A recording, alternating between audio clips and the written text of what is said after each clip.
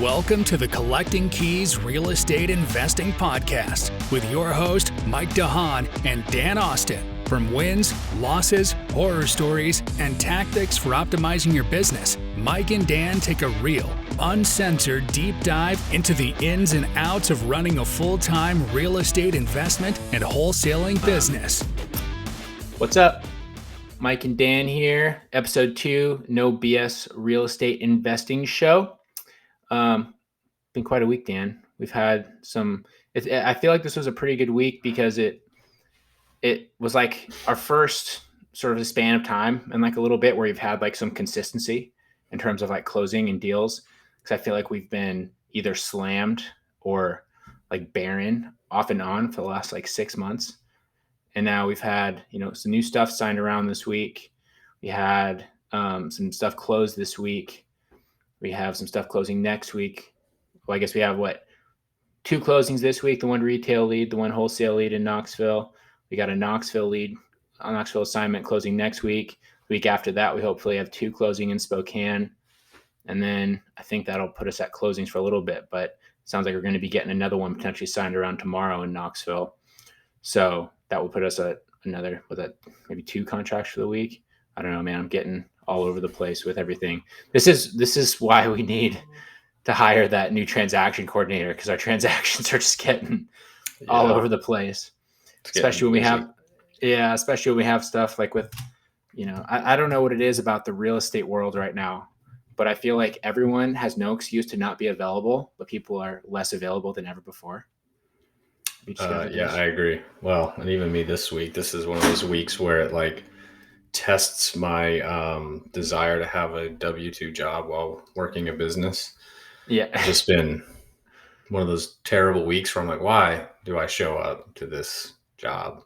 And we just gotta, we're almost there, man. You can just rip that Band-Aid off, be done with that. Yeah.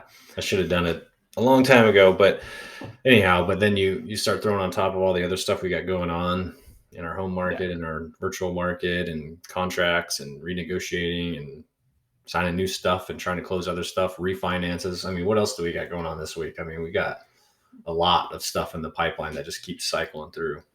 Yeah. I mean, that's why it'll be key to hire that new person. But looking for a dispositions manager to sort of help manage the transactions and help us find buyers for our assignments. And I know it's this week, especially because we've been trying to assign so many deals, has been a good proof, like a good form of proof for me that we should hire that role out. Because when you're throwing things out to the open market, it's different when you're trying to assign a deal to somebody that, is good to close and, they're going to be good for it. But, with some of the stuff we've had, there were deals that our traditional buyers that we've gone to in the past didn't want for various reasons. So then we're having to go and throw them out to the open market. And it's amazing to me. I don't know why there's so many people out there that talk such a big game about wanting deals and wanting to get into real estate. And then you send them like the most basic deals. Like one of the properties you've been trying to offload this week. And granted, it is like a slightly more expensive house. So there's a little bit more like higher cost to sort of do the project, but it's like cosmetic. There's no crazy stuff going on. There's no CapEx items. And I had so many people who've been looking for what they say. They're like, I want an A-class cosmetic flip. And I was like, okay, perfect. Here you go. Here's your A-class cosmetic flip. Here is the door code to get access to the property. It's vacant. There's no tenants. It's already cleaned. You literally just got to go in there and start laying floor, rip out a kitchen, do your thing, right? And all of them are like, great, that sounds awesome. I'm going to go take a look. Then I never hear anything again. You want to know the best way for me to never send you a deal is you never even respond to me. Yeah. Everybody's a buyer till it's time to buy. Yeah. Right. Yeah. And that's like frustrating too, because it's one of those deals that's like, we know there's a good spread on it. Right. Yeah. And it's a pretty safe neighborhood it's not one of these like, oh yeah, it's the nicest house in the neighborhood. It's just like, it's a good neighborhood, good part of town. And you're right. There's nothing crazy to do to it. But at the same time, it's like, why are people being such weenies about this, right? Like, Yeah, I mean, right.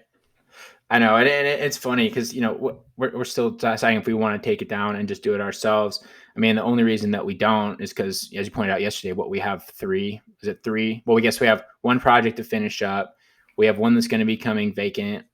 The second Airbnb that might need a little bit of stuff, and we have two rental properties that we still need to rehab. And it's hard enough to find people. So when you already have the active rehab plus the three upcoming, and now you add in a fifth one into that mix, it's like we just don't have the capacity to be starting from scratch or like letting that sit for months since it's a $400,000 property. yeah. But I know it's just fascinating that people won't even respond, because it's like, if you want to go on a date with somebody and they say, yeah, where do you want to go? And you just say, I don't know, you pick. And then you never text them again. That's not going to go very well. Right. It's exactly the same, but I don't know, man. Yeah. No, it's buyers seem to be able to find every excuse, like, oh, well, it's kind of late in the year. Oh, well, that's kind of expensive. Oh, well, I really want the one where I do carpet and paint. Yeah. But then I guarantee you that the same people are going to reach out to me in like 3 months or 6 months, especially when the new year comes around, and they're like, hey, I need a property. Can you send me something? And I'm going to say, no, I can't. Right. You missed your chance. And even if they don't buy it, just at least like make me an offer. Like have an open conversation and try to find something. Yep. But I don't know. Anyway, sometimes people need to put their money where their mouth is, or at least pretend like they're actually going to, and not just waste my time. I'll get off my high horse now, but I know it'll be interesting too as we start to expand, and we're doing more of these assignments, especially doing them in Knoxville, where we don't actually know the individuals there as well. And it's not going to be as much of like a referral basis like it is here, sort of what that looks like. Because, I mean, I imagine it's the same issue down there as it is everywhere else. Yeah, I mean, even just Dispo in that one deal last week, like, I don't know, I think 30 people said they want to see it.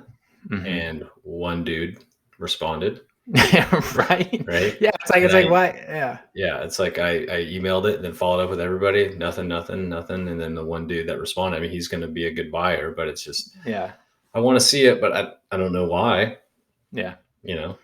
So. I know. It's fascinating. Well, I think one of the biggest things that I learned from doing all that this week, because it's outside of the norm of what we've done for all the deals over the past freaking almost 2 years now, which is crazy, is that there's the two selling processes, one to get the contract, which is everyone focuses on, and then B, to actually sell the deal is a whole different process. And so I've been, sort of had the realization that if you really want to make money and capitalize on every opportunity, that's, you need to find a system for that and find someone that's going to dedicate their time to that 100%. Right. Because I mean, on top of that too, we're also having to navigate all the stuff with the sellers, because right now James, as our acquisitions guy, has been helping facilitate a lot of stuff with the sellers, which is taking away from getting more contracts, because he's the point of contact that has the relationship. And so he's been going out there and doing all that. And that's a whole nother full-time job that he's doing on top of his full-time job doing sales, So even with this mobile home that we have, he was already out there this past week helping the guy like load up stuff into the truck and getting documents signed and all this sort of stuff. And it's just like, becomes a mega full-time job pretty quick with a lot of the types of sellers that we work with. Yeah. So, you don't want to distract too from the main point, his main direction, right? Which is to get sellers to sell them the house. Exactly. Right. Yep.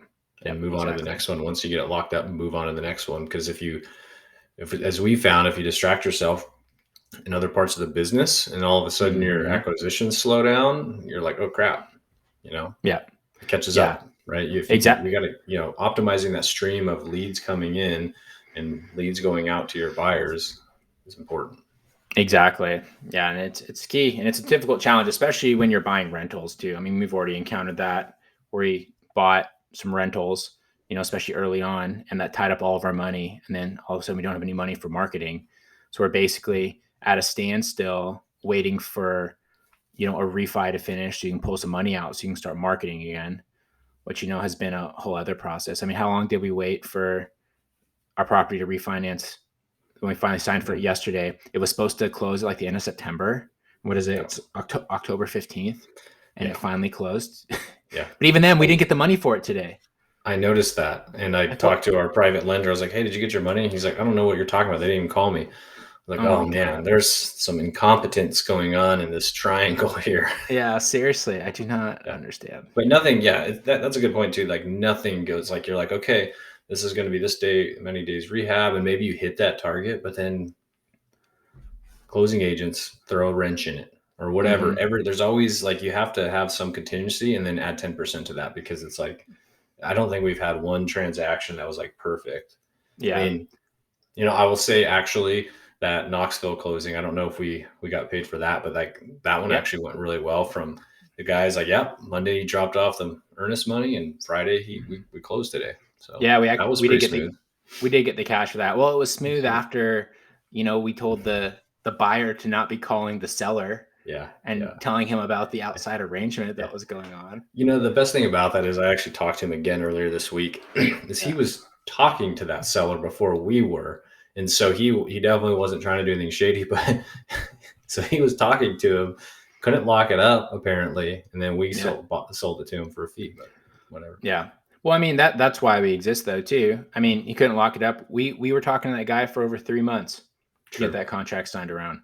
And I don't know how many times our guys have reached out to him, like probably dozens, like maybe 30 or 40, trying to get the thing signed around before they finally did. But that's also the process, and if you want to do this business, that's what you have to do, whether that's you reaching out yourself or that's, you hire a team to do that for you, and having your CRM in place to be able to do all that in your systems. That's literally going to be the difference between getting deals and not getting deals for 99% of people. Right. So, but yeah.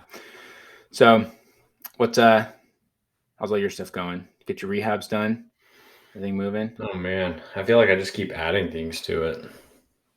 Yeah. Just everything's running smooth. Yeah. No complaints on the property management side of things. Rehabs are continuing to go forward. It's just, what did I say? Keep adding things to it. It's like, oh yeah, we got to do that at this unit, or hey, this is an opportunity. And then also always thinking about something we can do to keep our contractor engaged, right? We're kind of at that point to where this is where if we had an in-house crew and we were kind of running low on deals, we'd be wanting to search and find a deal to keep our crew busy. But what we're trying to do is keep our contractor busy. He's a 1099. He doesn't work for us directly, so he can go and get other work, right? And so it's like, okay, what can I do knowing that he might be taking other projects from other people to keep him engaged with us, right? And trying to line those things up as well so we can just pull the trigger when the time comes. Well, so what about the other rentals we talked about just before? You say he's going to be doing on those though. Yep. Yeah, he is, but it's like lining all that stuff up, right? And figuring out what that entails and the material packages and what we're going to do and what the costs associated with those are. And those are like, we've got a couple right now that are like have to do's. We just got to finish up. And mostly from other crappy contractors we hired that didn't do a great job. But then other stuff like the other garage conversion we want to do, having that ready to rock and roll, which means prepping the tenant to see how we can fit that in. Because I could see, say come December, January, if we're not doing an active flip or an active rehab on a newer property, like, hey, can we plug him into that, right? To keep him engaged and keep him moving so that right when we find that next deal, he's ready to move from that project to the next one, right? Yeah. So, I mean, it's hard.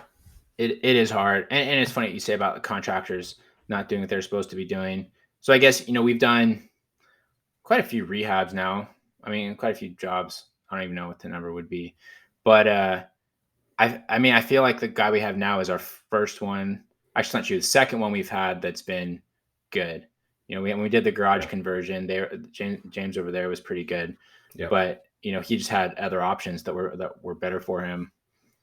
But besides that, I mean, every contract we've had has caused major problems. So I guess in your experience, like what do you think people can learn from that? Like how do they better vet these people and go through that situation? Because that's a very common outcome. And we're fortunate enough that we've had assignment fees and, we already had like rental income and stuff coming in before we started doing these large rehabs. So we can kind of weather that storm. But there's a lot of people out there, if they were like going to flip a house or do a rehab and they go $25,000 over budget, they're in big trouble. Yeah.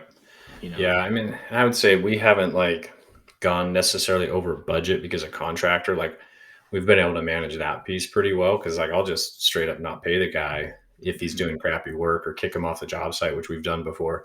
I would say the biggest like learning for us, and I don't know that I've cracked the nut on this, but especially early on, because it's like we've been doing some pretty big rehabs, like huge value adds, right? Like we took a duplex that was technically a 1-1 and made it both units 3-2s, right? We just took a 3-1 and made it a 4-2, right? So we're doing some like serious stuff that makes sense for what we're doing, but it's not a 4-week project, right? Yeah. But we find a contractor, starts out good, and then halfway through the project, you realize the contractor stinks, right? Mm-hmm. And what do you do then? You're like, well, we just got to get this thing done. We got to get this thing done. And so kind of drag that out instead of firing them on the spot. That's like number one mistake. Yep. But the higher mistake is finding the contractor once you get the deal. That's what we've done. And the reason why that's happened to us is because we've taken these longer rehabs. And then in that time, we've bought another property that we want to rehab. And so we don't want to reuse this guy once he's finished with that project. So we fire them, bring on a new person, and scramble to bring on a new person because we're like, hey, this property's been sitting vacant for 2 weeks. We got to get someone on it, right? And I would say at the end of the day, you just got to like step back, right? And you're probably going to go through a few contractors, but building that bench strength, which was really hard during COVID because there wasn't a lot of meetups where you could like run into contractors. And everybody's a contractor right now, right? So it's like, right. Okay, which means nobody's a contractor. And so that's also been a challenge, right? Like if you can build up, like we need probably for our business, if we weren't doing it in-house, like 2 or 3 contractors, but for each trade, right? 2 or 3 electricians, 2 or 3 plumbers, 2 or 3 GCs, so that we can, hey, we've got that guy engaged. He's good. Let's call this guy to do this project, or, hey, this guy sucks. Like, let's move to this next guy and be able to pivot quickly. Otherwise you kind of get in that vicious cycle, right? Crappy contractor drags on your project, you get to the next project and same thing. But yeah, you're right. We finally got a guy that works and we, paid dearly to find him, but we're in the right spot now. Yeah. I mean, at the end of the day, when, it's a project like we're doing where we're looking at the long-term wealth generation and cash flow, it doesn't really matter if we pay a little bit more for like a nice steady rehab. It's not like it's a really tight flip that we're trying to, we only have like $7,000 of margin to try and squeeze it out, which is where a lot of people are, especially if they're not finding their own deals. Yeah. But I know it's a really challenging problem. And, I think especially with the whole employment situation right now, it must be a national thing everywhere, I would imagine. I know Washington is especially difficult because we have such crazy high minimum wage. So people can go, pretty much anywhere and make pretty decent money. So we have, handymen right now that are asking for $80 to $100 an hour. Yeah. Electricians that are $250 an hour. Yeah. I remember hiring handymen back when I first started doing this, 2018, $35 an hour was like a good one. You found a crappy one for $20 an hour. Now, like a mediocre one is $80 an hour. And, if you want like a good one, they're now a general contractor. So they're not going to do your handyman work. They're going to instead be watching YouTube videos for how to install a skylight in someone's house, which is actually a true story that I know someone that did that, and they charged them an incredible amount of money, and they had no idea what they were doing. They told us they were on the ladder watching a YouTube video about how to install a skylight, and they charged people like thousands of dollars, which is super messed up. Yeah. It's like going into a surgery and the doctor's like, all right, so how do I cut this thing inside of your body? It's like, oh my God. Well, and like, as anybody listening can tell, like this is like a challenge for us in our business because it is such a huge resource suck and time suck to do multiple projects at once.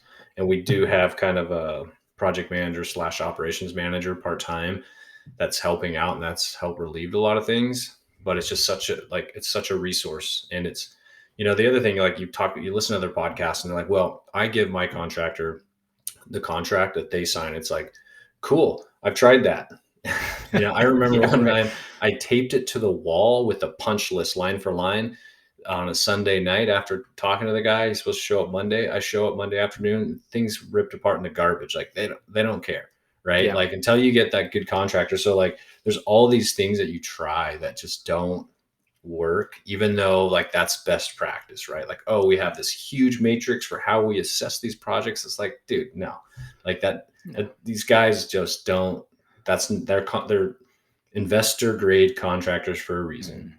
Yeah. And well, I think that whole thing too is like the perfect excuse for people to spend their time, I guess like to waste their time planning about how they're going to do it and not actually doing it. I mean, there's so many people that are like, oh, I'm going to buy a house to flip, but first I'm working on how I'm going to build my scope of work template. Right. But, and one of my favorite pieces of advice that you hear, on like Bigger Pockets and some of those other ones, I hope they don't still say this. I haven't heard it for quite a while, but they'll be like, so you pay, installments of like, you pay them at 50% done, and then you're at completion, and then you give them like a bonus if they're done early, and you give them a penalty if they're done late. I think in David Green's Burr book, he says exactly that.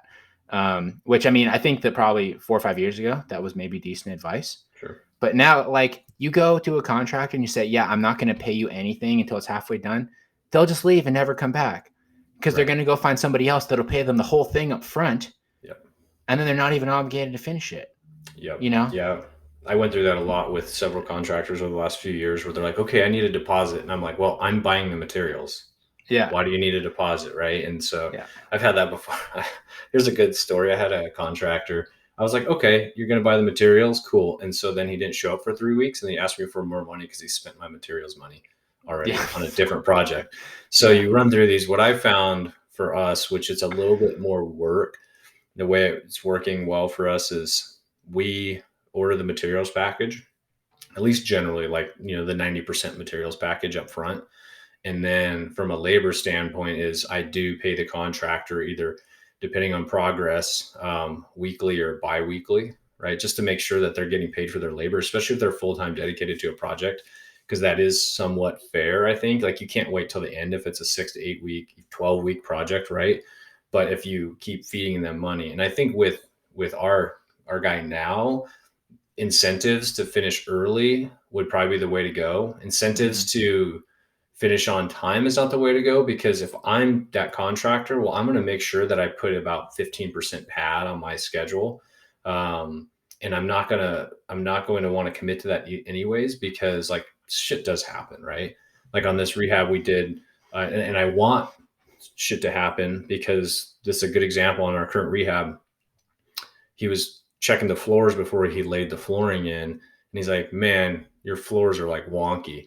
Well, lo and behold, we needed to jack up part of the house. It wasn't like major, but jack up the main supporting beam and put new supports in it, right? It cost us like $800, right? Yeah. But the $3,000-$4,000 in flooring that would have been flopping around on it because there was a bunch of divots in it would have cost us way more, right? And so I'm glad that we took the extra few days to do that, as opposed to him saying, I'm going to lose money if I don't get this thing slammed together. Yeah, right. I was going to say, at least he did that, because I know we've had other situations where they haven't checked the floor and then the stuff gets all wacky. Or we had those one idiots who, they didn't check for anything, but then they didn't even like wait for the cabinets to show up, and they just started laying floor, and they were going to put the cabinets on top of the floor. Yeah, like, that one. And then argued with me that that's how they do it. I'm like, that is cool. That's how you do it, but that's not how we do it. And that's like the worst practice ever. Yeah. Like who does especially that? with a floating floor that's going to be moving, this wood material. Like that's just not, I don't know. It blows my mind. I'm sorry. I'm speechless. Yeah. No. And when you have to argue with them about how it's like, I'm sure you do it that way and it makes sense because it's fast. Throw the floor down, drop your cabinets on top of it. But you're not going to be here when the floor's buckling up and we're dealing with a $2,500 problem. Yeah, exactly. But anyway, interesting problems. I mean, it's also a good reason for us to be shifting away from like doing like any sort of flips or like rehab flips that we're going to be selling. Because, like I said, if it's long-term wealth in a rental, that makes sense. But, if you look at, especially with the system and the team that we've built, for us to tie up $50,000, $60,000, $70,000 in a flip to, even like this one that we have, it has like a $75,000 spread from our standpoint. If we were to do that, cool, we can make $70,000. in like 4 or 5 months once it sells. We can take that same, you know, $50, $60, $70,000 they're going to go into that. We can like double down on our marketing in a new market, and we can make that every single month in wholesale fees pretty comfortably, you know, even looking at this. So like this past month was actually our biggest month spent in marketing. I think actually September was. In October, it's like it kind of carried over for 6 weeks. So I went on vacation. But then you look at our deal flow and like our revenue flow, and from actual transactional deals, it's going to be our biggest revenue month that we've ever had that hasn't had, I guess, like a win that is excessive, right? A lot of the other ones that we've had, like big months, it's like, oh, well, because we had a $60,000 wholesale fee that kind of like padded those numbers, you know, or we like had a house flip where we made 55 grand. Like this one is all like smaller transactions, and it's going to be pretty significant revenue. And it's because we spent an extra, you know, I guess $8,000 in marketing than we've ever spent in the past. And it's like, well, now if we double down, and that was just in one market. Now, if we double down, we do that in multiple markets, then there's no reason we shouldn't be making significantly more. But I think point being, that's why it's so important to build like those different systems in your business, because if you rely just on like one thing, you know, if you want to make real money and you want to do this, then, you know, you can't really be relying on other people to bring you the opportunities. You know, I think anybody who relies on realtors or wholesalers or anybody else to find their own deals, to find their deals for them, is just never going to be able to really grow at this if you want to do this business full time. But, you know, it's also not for everyone. It's like you said before, like we're talking about lifestyle businesses, and you were saying we built a pretty sweet lifestyle where we get to walk through these houses full of a decade's worth of people's trash and volunteer to say, yes, I would like this one, please. That sounds wonderful. You know, most people don't want to do that. Yeah, I agree. Well, I mean, it just speaks to the numbers, right? But you can't do that without the systems, because like we've done it before where you dump a bunch of marketing, but you don't have the follow-up systems. You don't have anything you can do to grab those leads. So you're almost like burning money. You're still going to get a little bit more. But now that we have pretty solid systems for that, I think we can actually utilize the extra money, and we can see the 1-to-1 or 1-to-2 or whatever the ratio is of more spend to more revenue. Yeah, exactly. Well, and the thing that's nice too is the CRM that we use, RE Simply. I'll put a link for that down in the notes for this as well. But it's great because it allows us to monitor all that in one system. So we actually know how everything's doing, and we can track everything there. Because, you know, like you said before, we spent all that. We don't have the follow-up systems. We don't have the way to measure any of that. You also don't even know what's coming back for your marketing. So at the end of the day, if you don't know that, maybe you wouldn't even know that you should pass on that $70,000 flip, because you don't even realize that the $12,000 in marketing you're going to spend is going to make you way more money than that potentially. Yeah. Well, and it's hard to get out of that groove, because when you're first starting out, you're just looking at everything as far as a revenue, right? You're like, well, that could be 70 grand. You're like, well, we could totally do 70 grand. That'd be nice. Right. And so you do that. And then all of a sudden you realize, looking back, what you lost out on. But as a new business, right, that's what we've kind of done, especially with the rental side of things. It's like, man, this is a sweet rental property. It's like, okay, let's take it down. Let's do all these things to it. And 6 months later, it's all ready to go. But like we've lost, traction while we were trying to build our system. Now that we have systems, we can take down rental properties a little bit more efficiently, but everything's can be a distraction, and you got to focus. Like, what is my main intention? Am I going to be a house flipper? Am I going to be a wholesaler? Am I going to just try to buy rental properties? And they all come with pros and cons, right? Like if you're just wholesaling to buy rental properties, you're still going to take a long time to buy rental properties if you're sucking all your resources to that. Yep, exactly. And it's a fine balance. I think just, take some experience and some practice. But at the same time, a lot of people will not jump into it because they're worried about being over encumbered, but you're never going to learn until you start trying. So totally. That's kind of the key thing. But you got to jump in. And if you're afraid to do it, get a partner so that you guys spread the risk out and both lose money. Exactly right. That's what I did. I found Dan and I said, Dan, I have this idea. Secretly, I don't have any money, but you don't need to know that because I know you have money. So I'll just use yours. Right. But hey, it worked out. hey, I'm happy. I'm glad to be that guy. I like to take risk. You know what I mean? Yeah, right. Yeah. So, See, yeah, it's been a fun ride. Yeah, perfect. So coming up on our time here.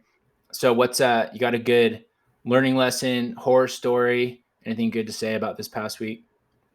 I think for me, it was actually kind of reflecting on, as we talked about this flip we were talking about doing, no buyers for it and all that, is just like cutting deals loose. And also this week, we had to renegotiate the trailer park that we had locked up at 1.3. We ran the numbers, got some advice for some friends on how to analyze the deal, and really came back. It's a $1 million park for what we need to have, and that's still, I didn't think was like at a discount, but that's actually what it was probably worth.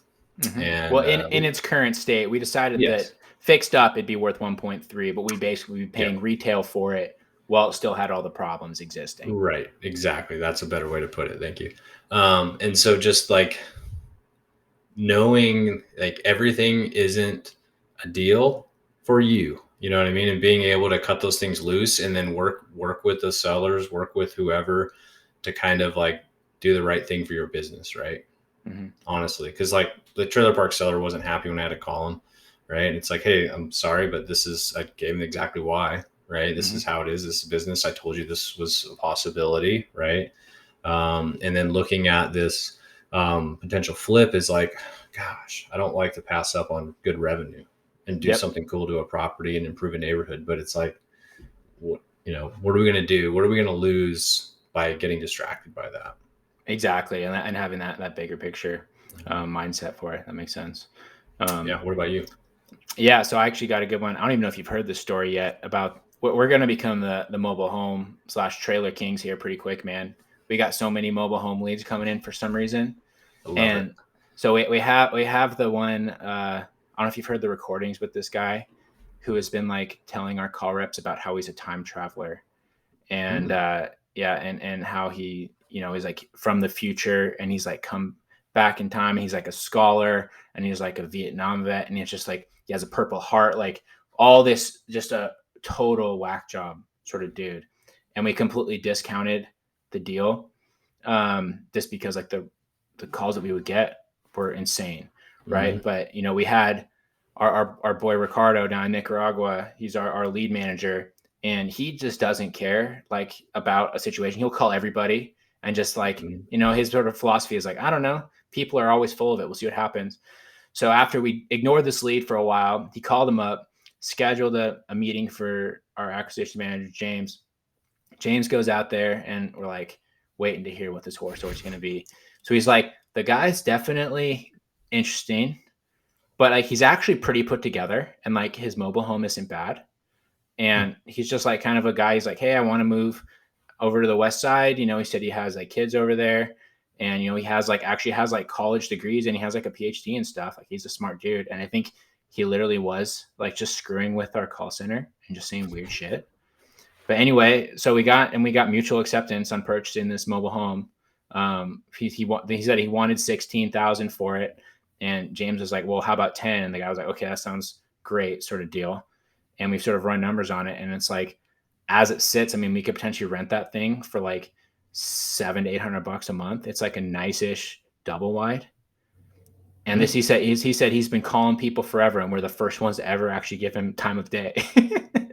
I'm like, because you're calling people, telling them that you're a time traveler, man. Like no one wants to like go and deal with a crazy person, or worse, like get viewed out like you're taking advantage of the crazy person. But he basically, James showed up. He's like, actually, he's pretty square. Like he's, I think he was just screwing with everybody. So I think the big lesson there is don't discount any leads that come in. Right. You spend money on them, go and give them a fair shot because you never know.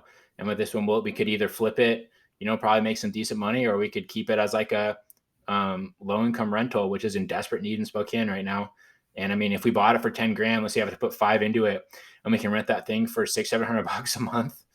That ROI is ridiculous. Yeah. That's a good deal. I don't care who you are. Exactly. Yeah. Right. Yeah. And anybody who says otherwise is a liar. But yeah, so yeah, we got that. And we got another one that's very similar to that as well that we'll probably be getting next week. Yeah, hey, I like it. Interesting stuff, man. You can never make up the people that you encounter in this business. Now it reminds me of old Bert, the guy that what did he frisk our acquisitions manager because he thought she was in the CIA. Yeah, on like the second or third time she went out there, he started getting very suspect and had to check her for a wire, which is definitely not kosher, And I mean, she was a trooper. She was like willing to put up with that. I was like, yeah, please don't ever let a seller touch you ever again. Like that is unacceptable. But anyway, so there's also a reason a lot of people conceal carry when they go and walk houses too, because there's some weirdos out there. Sure. You get some sketchy situations. I mean, we've fortunately had no violence, which is good, but it definitely feels sketchy. Yeah, exactly. But yeah, stories for another time. But all right, we'll call it for this week. Thanks, Dan.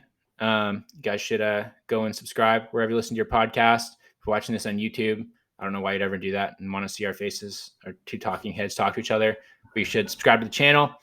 And I'll put a note about the CRM that we use down in the notes here. And talk to you guys next week. Yep. See y'all. Thanks for listening. Please leave us a review on iTunes or wherever you get your podcasts. And check us out at collectingkeyspodcast.com for tips and guides on starting your own real estate investment and wholesaling business.